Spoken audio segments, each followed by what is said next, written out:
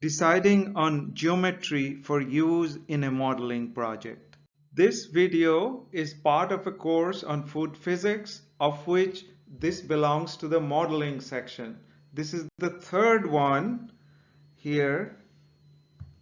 This is the third one in a series of 7 videos. It is about deciding on the geometry to be used in a modeling project.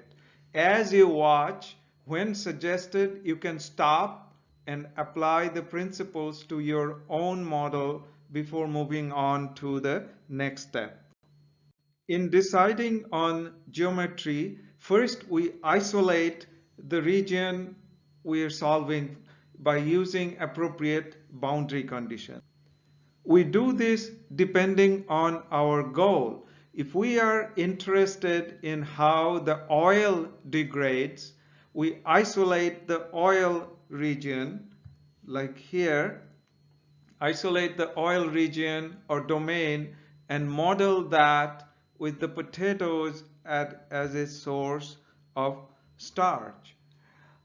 Instead, if the potato is our interest, then we just include the potato in our computational domain with oil replaced by a convective boundary condition.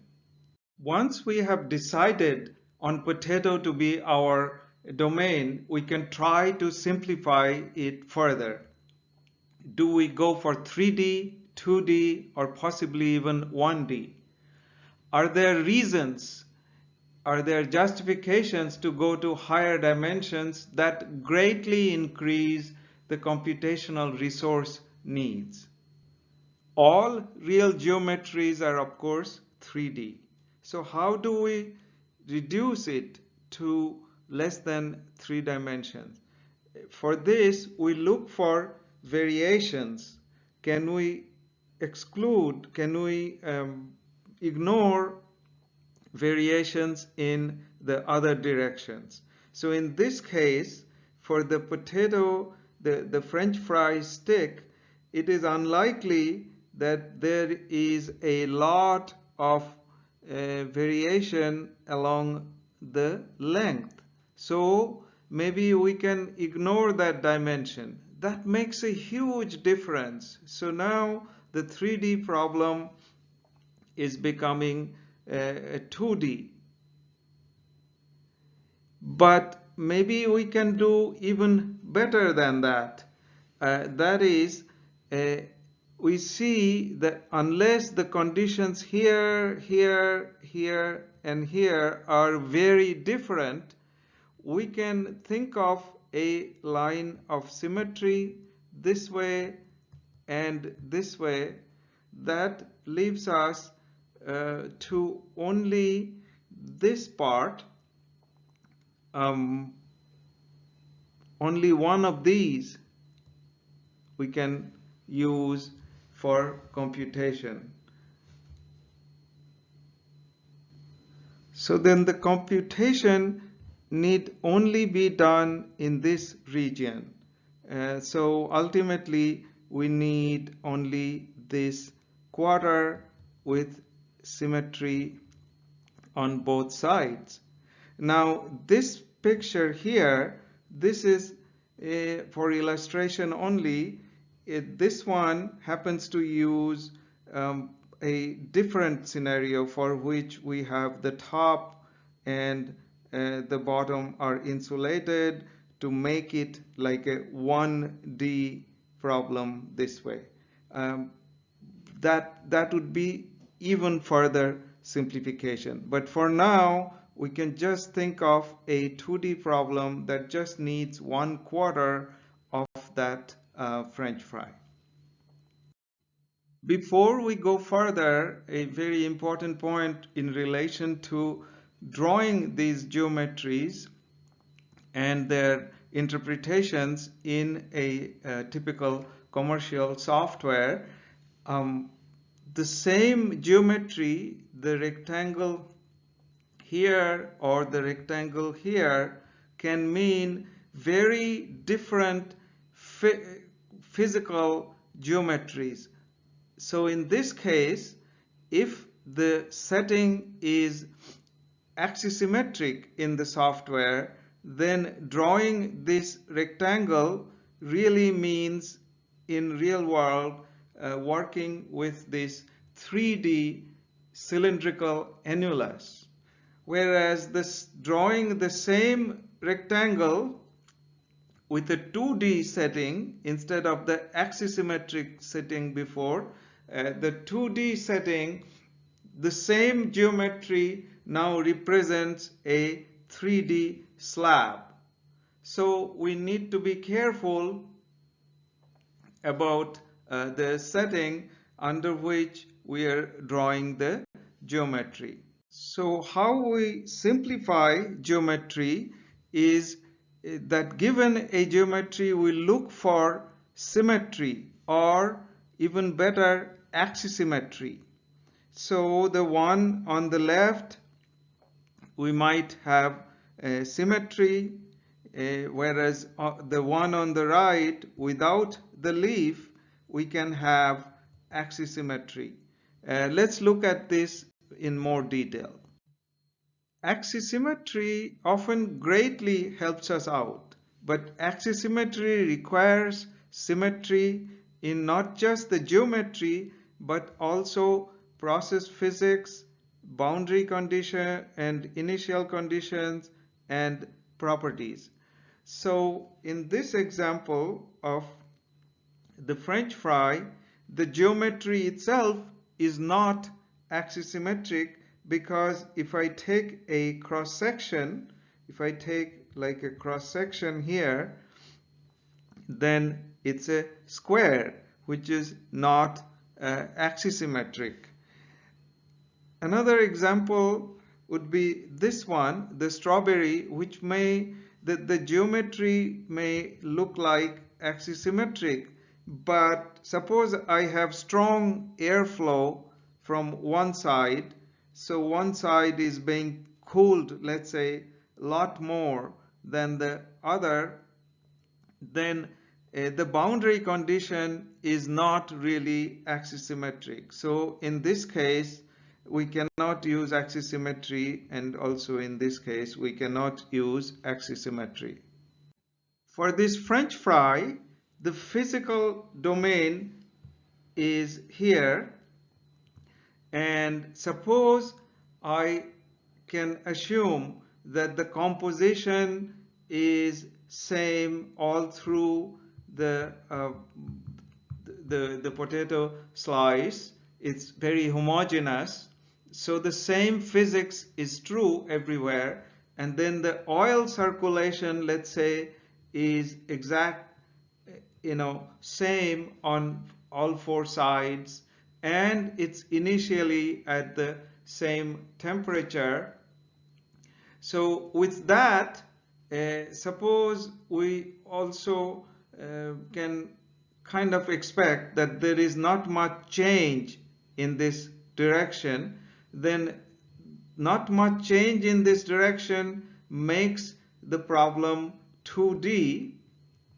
So then we already reduce to this one, but then because the oil circulation on all sides are the same, then we can also talk about symmetry from both sides. So if there's symmetry on both direction, then we don't even have to do all of this 2D. We can simply do this quarter as I just discussed earlier. So for computation, I only need this domain. So this is why it's called the computational domain.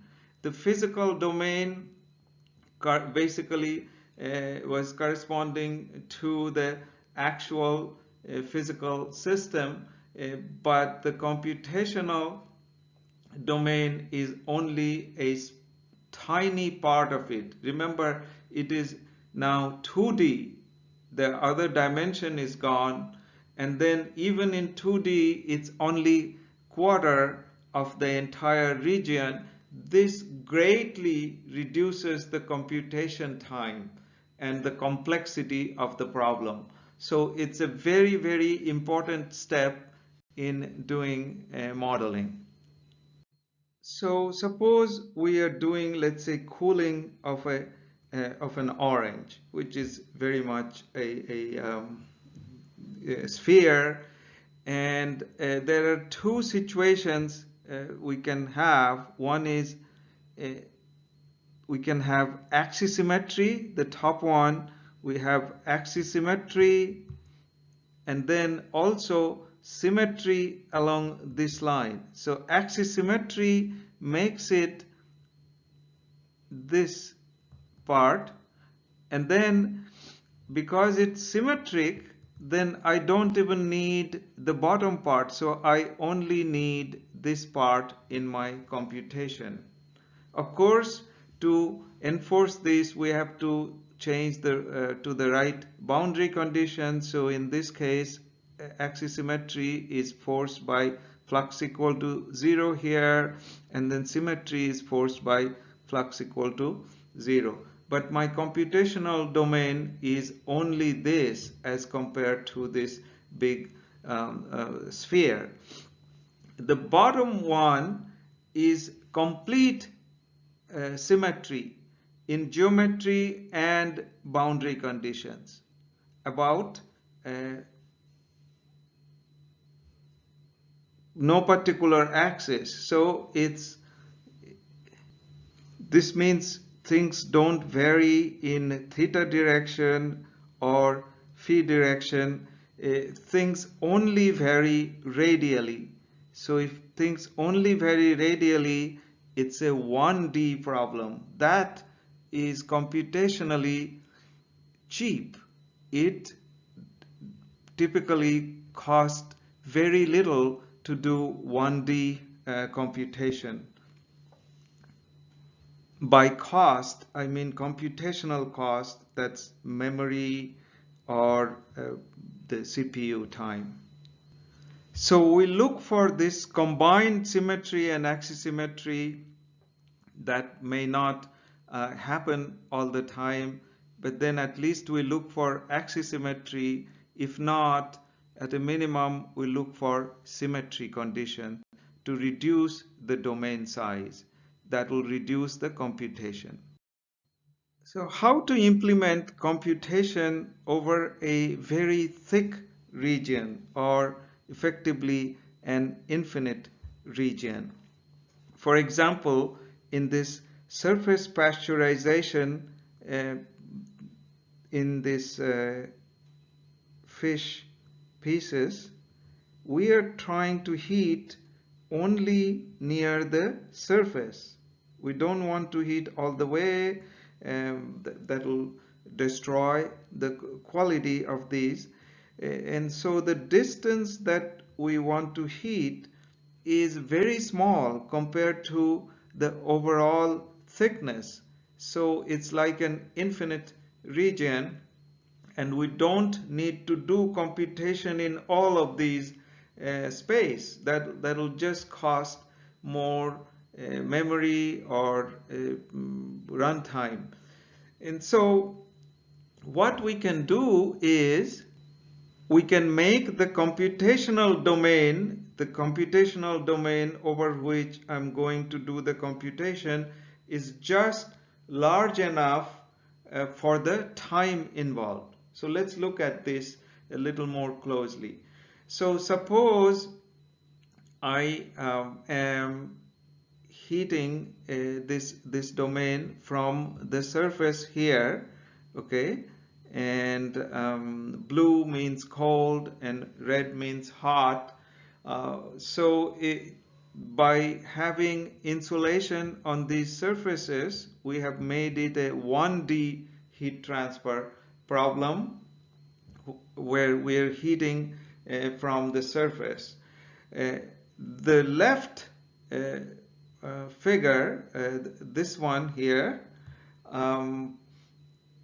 shows the temperature profiles after 3 minutes here, and then after 6 minutes. In both cases, of course, we chose large enough domain size. Now, notice that for 3 minutes there is no change in temperature after about this thickness. So this is just this part of it cut out over here. Okay, so this is the part, and you notice that for 3 minutes there isn't any change after this.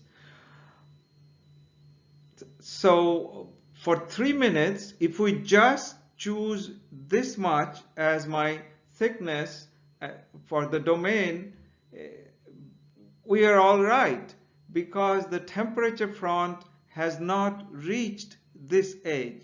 So this is all the domain's size, the thickness that I need for 3 minutes. On the other hand, for the 6 minute, you notice that the temperature front here, the temperature front has reached. You see these colors have changed. So the temperature front has reached, and if I choose the same domain size here for the 6 minute heating simulation, then we are going to be off, because it doesn't, because this small domain isn't going to satisfy the condition that the domain is really very thick and it should not be changing on this far end. It should not be changing. That's what makes sure that the domain is thick. In other words, if we are interested in temperature profile after 6 minutes, then this domain size is not enough and we have to choose a larger domain. Whereas for 3 minutes, this was enough. For 6 minutes, it needs to be more, so that it behaves like it were an infinite domain.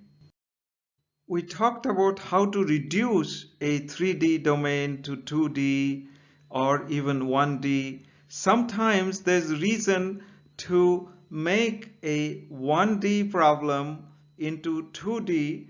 This could be for better visualization. Of course, this assumes that the computing time will not increase greatly, because 1D is very hard to visualize. So here is a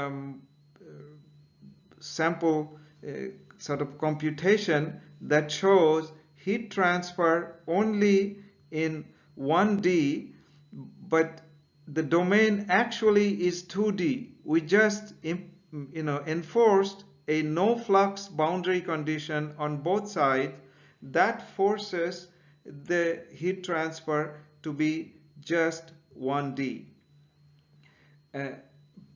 So it stays 1D from a actual physical sense, but computational domain is a 2D one. This is helpful sometimes for visualization. So likewise, a 3D domain can be made to behave like a 2D using appropriate boundary conditions. Now we have been talking about how to simplify a real geometry. Now, of course, after simplifying, then we end up drawing that one inside the computational software or in an external CAD software and then import. But there could be situations where we want to get the real 3D geometry. That's what we are about to talk. So obtaining geometry, one has to critically evaluate if such a full complex 3D image is really needed. Often they're not needed, and bringing the detailed geometry increases the complexity of the problem significantly. That has to be justified against the utility of the additional details we are going to get. If 3D geometry is really needed, then there are a few technologies or ways we can go by.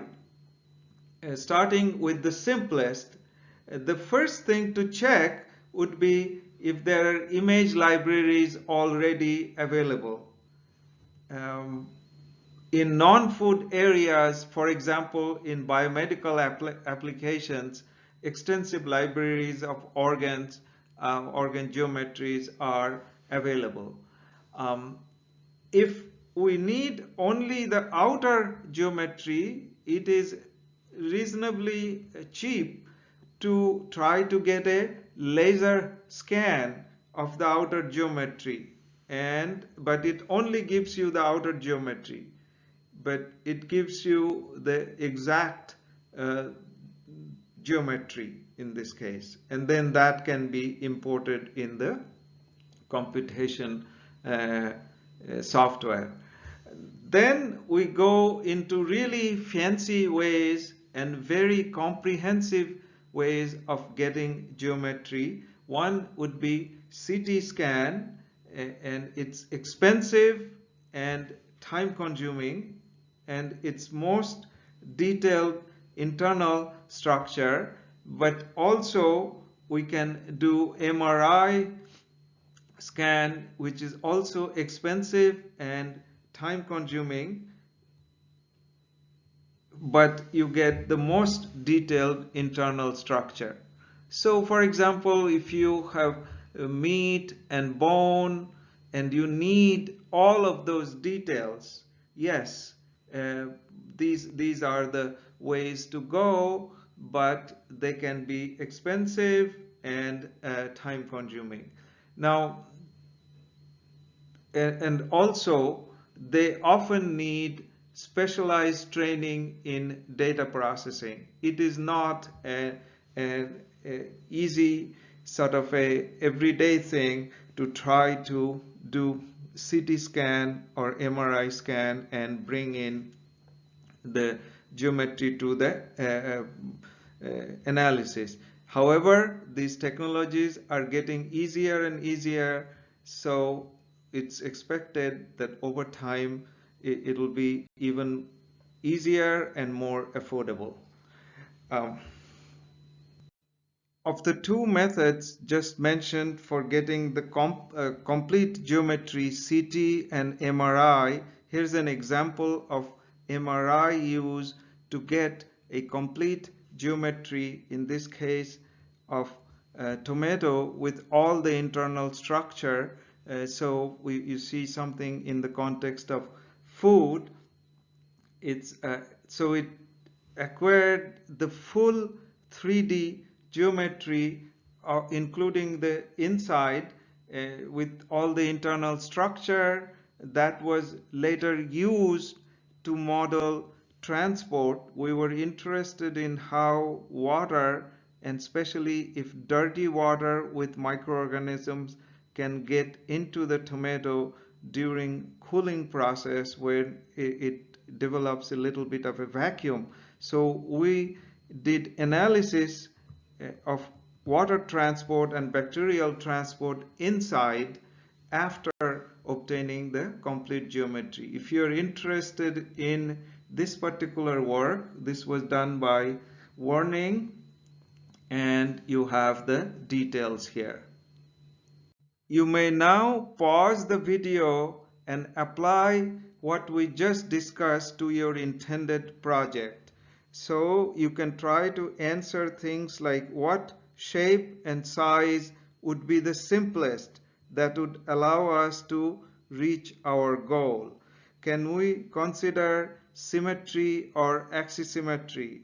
Do we have access to appropriate software to draw the geometry that can be imported into the analysis software? These are the two most popular ways to do geometry, other than, of course, going to the full 3D with such detailed image acquisition. So that completes our discussion on geometry. So our next step in modeling is trying to decide on the governing equations, which is in our next video. And what you are seeing here, if you haven't noticed before, these are the different steps of the modeling process, and each one has its own separate video.